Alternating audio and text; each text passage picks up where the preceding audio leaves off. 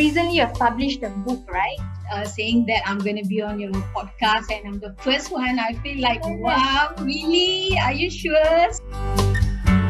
And 18, I report duty in Tenaga. Wow. So, right is wrong. We don't care. I've been struggling to do my master's and then my full-time job. It's definitely not easy. And doing PhD in clear time, no. When you're talking about your PhD, right? So I believe you experience some research in academic.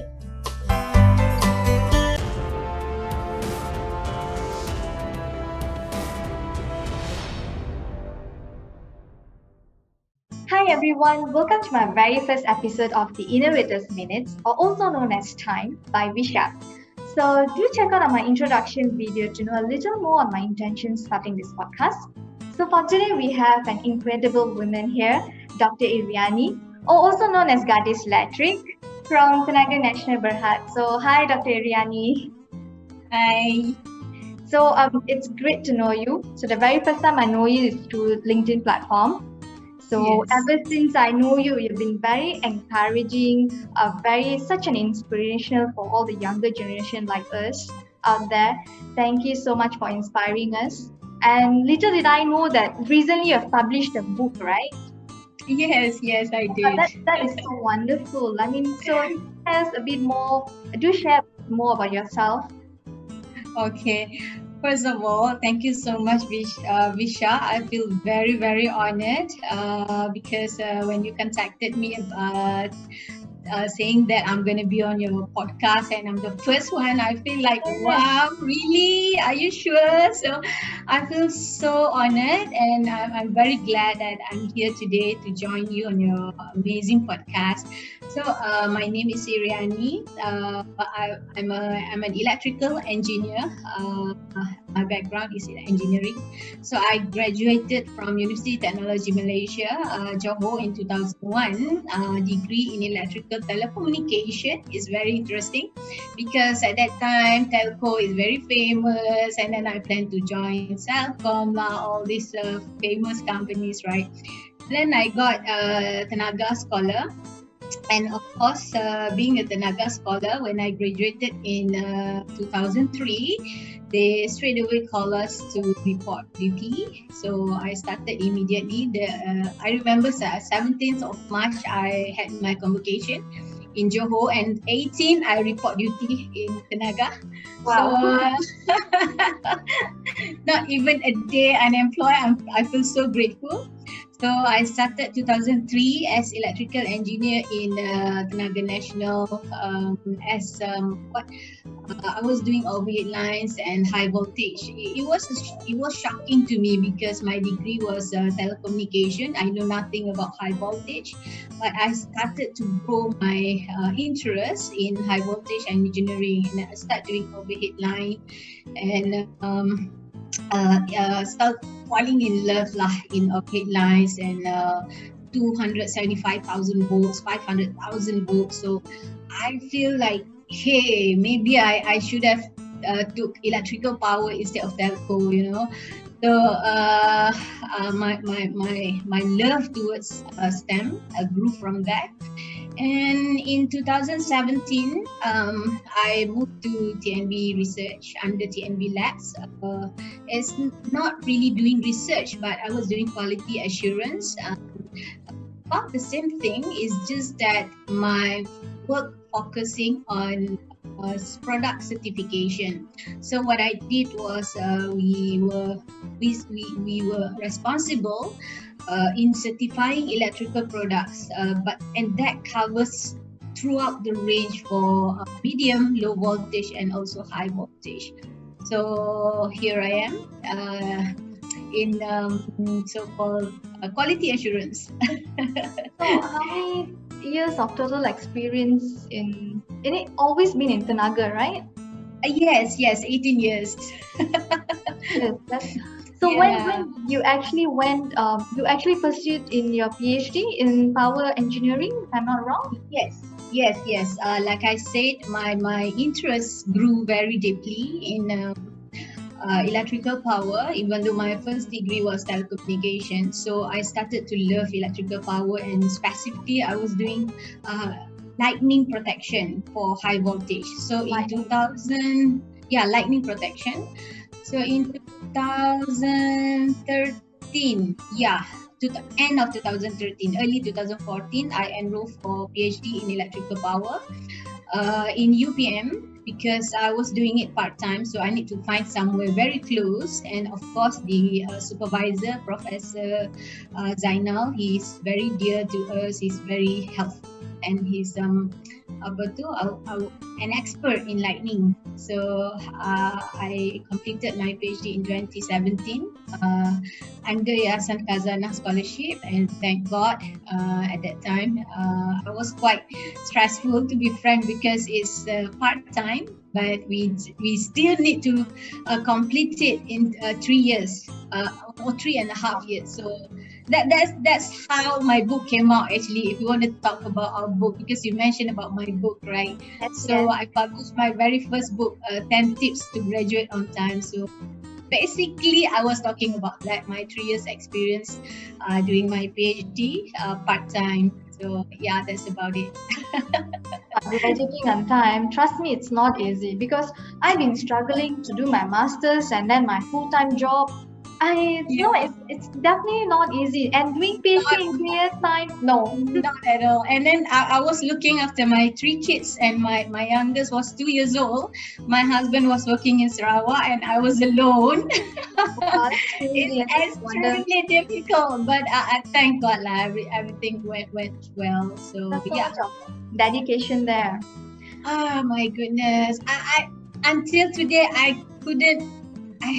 I don't know what did I do. How did you do Like, it? what happened last time? Maybe the adrenaline lah. Yeah, at the moment when you're in that moment, right? You would Yeah, just want to yeah, get yeah, yeah, yeah, yeah, it yeah, yeah, happens, yeah. but I'm so We happy just for need to you. have the push factor lah. For me, I think the push factor was Yayasan Khazanah. They were asking all the time, like, "Are you done? Are you done? Are you done?" I was like, "Ooh, okay, I'm coming, I'm Okay. coming." That's Yeah, interesting. yeah, yeah. Yeah, it's good. Thanks Like to what you them. said, the push factor, correct. Yeah, When you thanks talk to them. when you're talking about your PhD, right? So I believe you experience of research in academic because it's I know more or less you're doing it for industrial scale of research, but you Yeah. are a bit obliged to a certain extent to academic research. And what do Hmm. you think the gap over there between academic research and also meeting the industrial needs?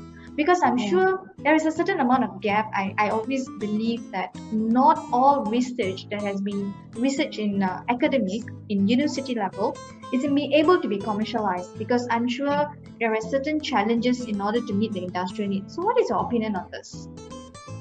Okay, I'm glad that you asked, Visha, because one of the reason why I wanted to do my PhD, because I saw the gap.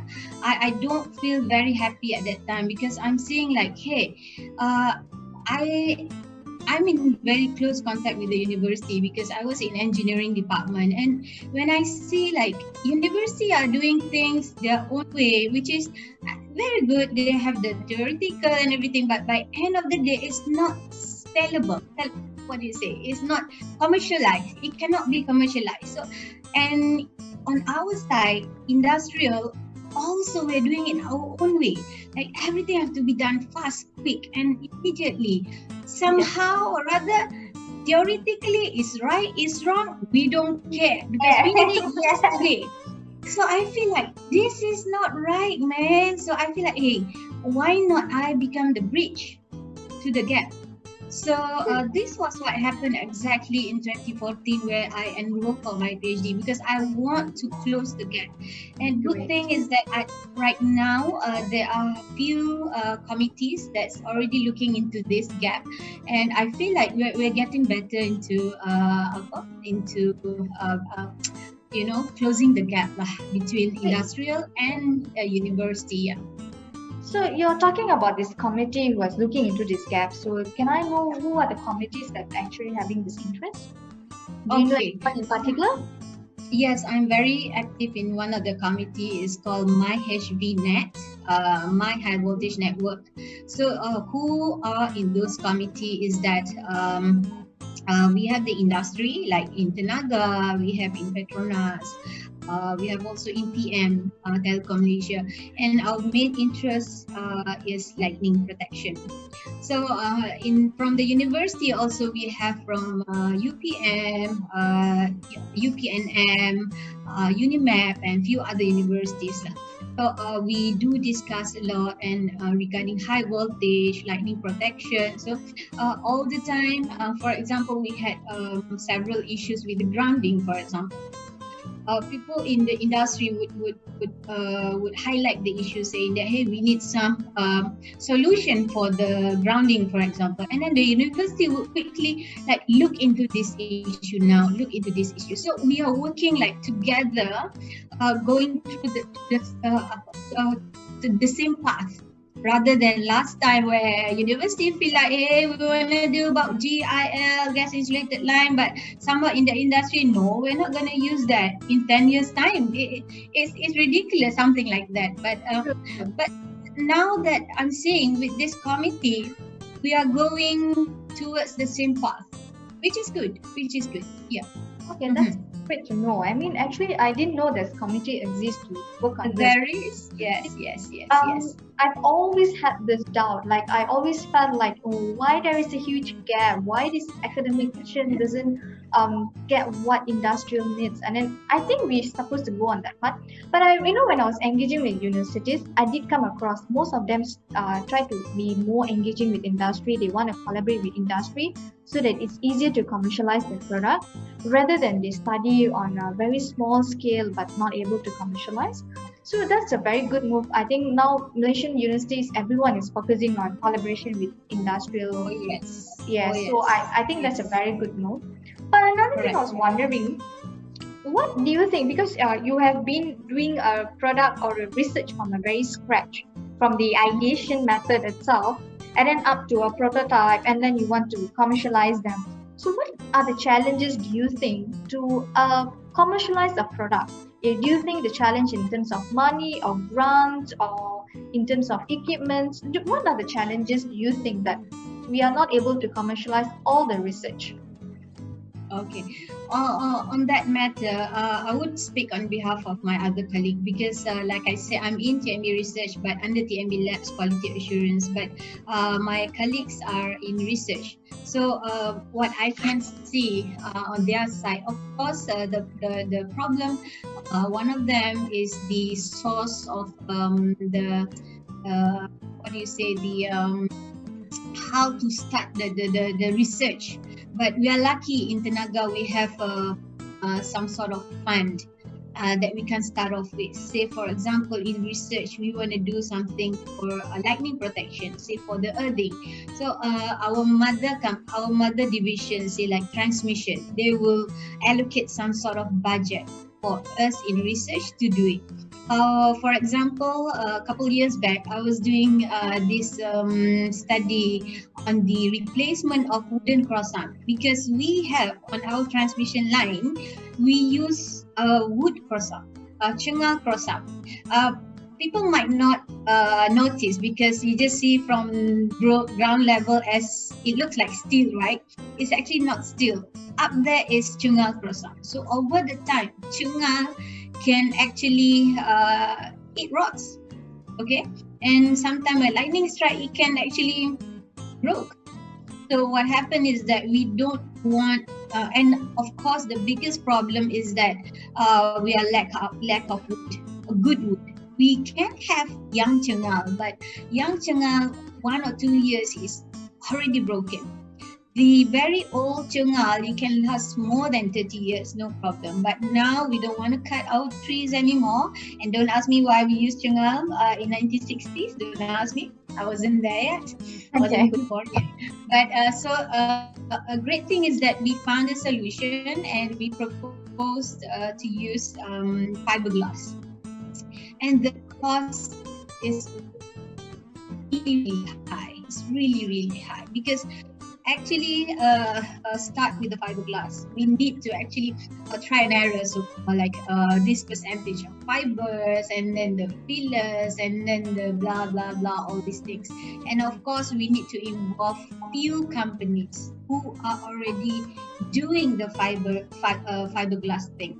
And sometimes this company, they just do fiberglass for example, water tanks, and it's nothing similar to electrical product, high voltage, because under high voltage we have so many other effects like corona, for example. So not coronavirus. So all these things actually, we need a huge amount of money and also time and expertise. So these are the biggest challenge, but somehow we managed to go through it, and yeah, we found a solution for the replacement of the cross arm finally. Yeah. Okay. That's very interesting. I know funding is always an issue. A grant, Yes. a certain because when I believe grant is it's categorized into prototype, into commercialization. Certain grant on certain stages of your research. So I know Mm-hmm. it's not easy for you to get a grant. Also, it's a long process and it's a tough process. So I'm glad to know that Tenaga has funding and everything. So at least there's an Yes. initial startup. It won't be so difficult. Mm-hmm. And then later, then you can get your investors coming in and all once you get your prototype ready and all, right? So Correct. talking Correct. on your products, so what is your current research that you're working on? So do you mind sharing some of your current research? Okay. I'm gonna share my colleague's research.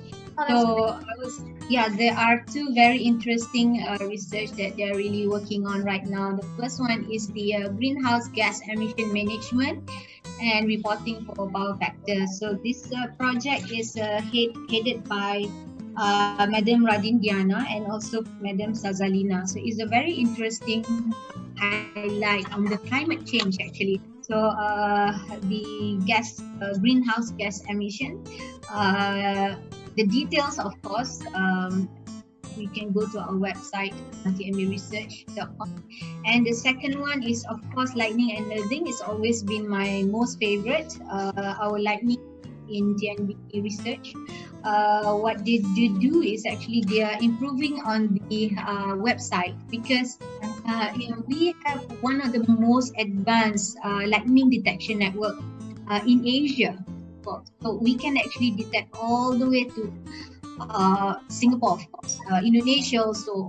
We can detect the very detail of lightning strike, the stroke, current, all the very small microseconds.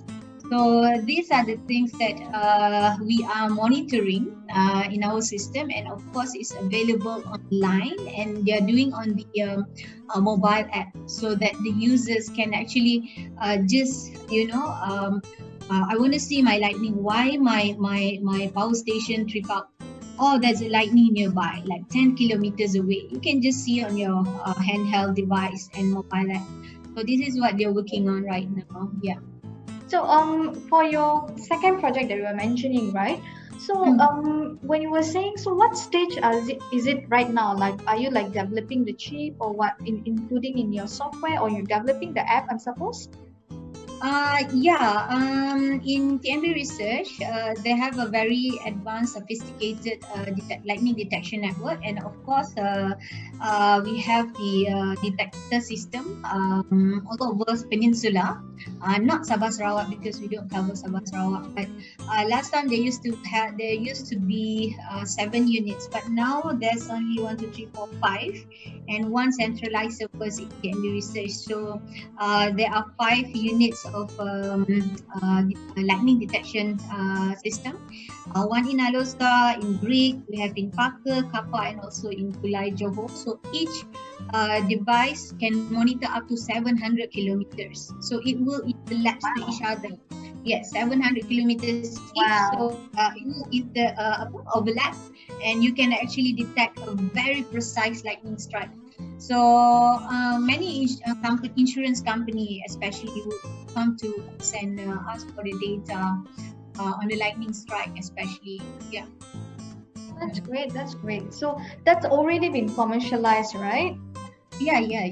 It's well, I mean, the entire of Malaysia is already using it. Mhm. On the first project, when you're talking about the greenhouse gas emission management, right? Yes. So that is already been commercialized, or is still in a prototype stage, or it's in a what stage Uh, of research? Now they are conducting the training already. Oh, that's So they're interesting. conducting training for publics already. It's a 2 days training where you can see in the website they have a first module on the climate change and the second module on the GHG emission management and reporting. So as for now, they're conducting training for the public, and yeah, it's going to be very interesting. That's very interesting. TNB is Yeah. moving very fast, in fact. Can I know what's the timeline like for both of this project? How long does it take actually to come to this stage? Because right now, when I'm interviewing you, it's already in the commercialized stage. So how long does Mhm. it take from the discussion from the research from the beginning and up to this commercialization stage? Okay, for the greenhouse, I would say I'm not very sure. Like I said, I can come back to you for because the head is Miss Radin. But Okay. for the lighting, it was there since 1994. So our first development was since 1994. We have been developing the system over and over and over, and we have actually invested millions in that system. And I remember when I first started in 2003, Tenaga is already there, and I started my work on lightning. They're already upgrading the system several times, and I went for the training. So I would say since 1994 we have already started the lightning detection network, the system, and then it's been upgraded every time, all the time. It's been upgraded. So now that they're working on the handheld, on the mobile app, that is quite recent. Maybe I would say maybe last year. Yeah, Oh, that's that's great. quite recent on the mobile. Maybe because of the MCO thing and people just love phones so much. It could be, could be. Yeah, definitely. But in terms of commercialization, okay, I know it's the entire of Malaysia. So how about are y'all going global on this, or other countries actually do already have all this? Okay, going for lightning. Each region should be having their own lightning detection network or system. So in terms of going global, there's a very limited option for us to actually go to other countries and put in our sensors, but of course in terms of training we are already going global. So in the Southeast Asia, people already notice us, and they're actually already calling us for the training. And of course in Sabah Sarawak, they've already recognized us as the one of the lightning experts. So yeah, I think in terms of going global, there's a limited space for us. But in terms of training, yeah, of course, we can go global. That's great. That's great. It's so nice to know both of your project. And if And I must add, sorry, Visha, if I must add, we are in the tropical countries, and of course, according to NASA, we experience 70% most of all lightning in the whole wide world. So we experience more than anyone else. So if they want to refer to whom, it must be us. So we oh, have that great opportunity of having that much lightning in tropical. So in the equator, so that's our plus point compared to other countries. Maybe they have less lightning. For us, we have a lot. For example, I can. Do I have time? Can I share can a you please little go bit? ahead? Please go ahead. Okay. So when I did my PhD in 2017, I was collecting data for my study, and then my supervisor told the rest of the students, he said, "I'm not worried, Iryani, about not having data. I'm worried about she having too much data." Because the rest of the students don't have data, because when I was doing my literature reviews, I was reading other people's paper, like from Europe, from US. They were saying like Data size 200, 300, 500. I was like, are you sure? Are you sure 200? Like 500 strike is amazing for them. 500 lightning strike. You know how much I had? The data, the lightning strikes. 600,000. Wow. Wow. Yes. That's So, crazy. that's only one selected line, and I managed to collect for 13 years of data. So total number of strikes was 600,000. I don't know where to start. I don't know how to start. So this is how much lightning strike data that we have. It's a Wow. lot. It's That massive. is incredible. Oh my God. So this That's this is the interesting. thing. Maybe I wish to highlight one more, like the usage of the data. Sometimes it's not properly being used, whereas we have bunch of data, like big data. So these are the things that sometimes, if only we have done, is only we have done. Always think about that. Oh my goodness, like from the 600,000 data, I wish to have 5 PhDs. But Other true people, enough, true enough. like there's so many things you can do with that data. What I did last time was only focusing on 500 kb according to the tropical, what do you say, monsoon period, the 2 monsoons. So then my supervisor stopped me there and say, hey, stop, give other people chance to do a different study. I said, okay, because when we have so much data, you just don't know where to start. You just Yeah. feel like you're lost. I had that lost moment several times, to be frank. Yeah. Okay, that's great to know. Okay. So thank you so much, Dr. Iryani, on your sharing section. It was so nice to know about your projects, both of your projects. And the lightning one is definitely very interesting. And yeah, amount of data, oh my God, it's incredible. Thank you for sharing your journey, your PhD journey, your research, and some of your thoughts on these research gaps and everything. Thank you so much. So, do you have any final word to say to the younger generation out there who want to venture into a research field, or could be any field for that matter, but in research or in STEM, for example? Okay. My only advice is that don't be afraid to start anywhere. You just feel like if it's your passion, just do it. Because I see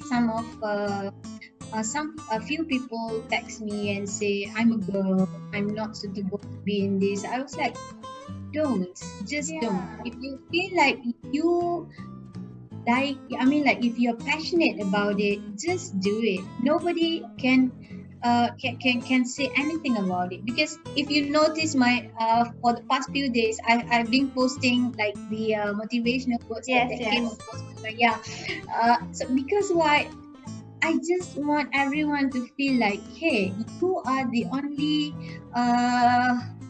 what do you So, say, own barrier for you. obstacle. Yeah. Yeah, you are the only obstacle. No one else can say no to you. You are the only one, seriously. So if you are saying what, hey, I cannot do PhD part-time, says who? I cannot do PhD in 3 years, says who? I Yeah. cannot do PhD because I have small Using kids, example. says who? Yeah. Like all these things are very possible. It's just like you ask yourself, you want to do it, yes or no? If you say no, then nobody can help you. True. Yeah. So this is my advice to the young people. Just don't look for excuses. Just look for ways to like to make things work. Yeah. Yeah. Thank you so much, Dr. Iryani. It's such a good advice. It's the passion. I've always emphasized on this because without passion, I don't think so. You'll put your mind and soul into it to get it done, right? So I Yeah. know how important is passion because if I don't have passion in my research, I think I wouldn't have been gone so far in a very short period of time. So I know how important it is. So thank you so much for your time today, and thank you so much. I'm so honored to have you in my first guest. I'm so excited Thank you. because And you'll you see, always be an Visha, inspiration. You see, there's a great coincidence here. Your background is airplane and my background is Paris. Oh, that's great. So we have the same frequency, you see? Yes, yes. You see, oh, you believe on that. See, the vibration. Yes, it's great. It's Great. great. It's great. I feel so honored. Thank you so much. Thank you so much, Dr. Yani. So I'm gonna start my journey with my first podcast, you being my first guest. Thank you so much. So I'll see you sometime. Thank you. Thank you Thank so much, Visha, you. and all the best. Good Thank luck.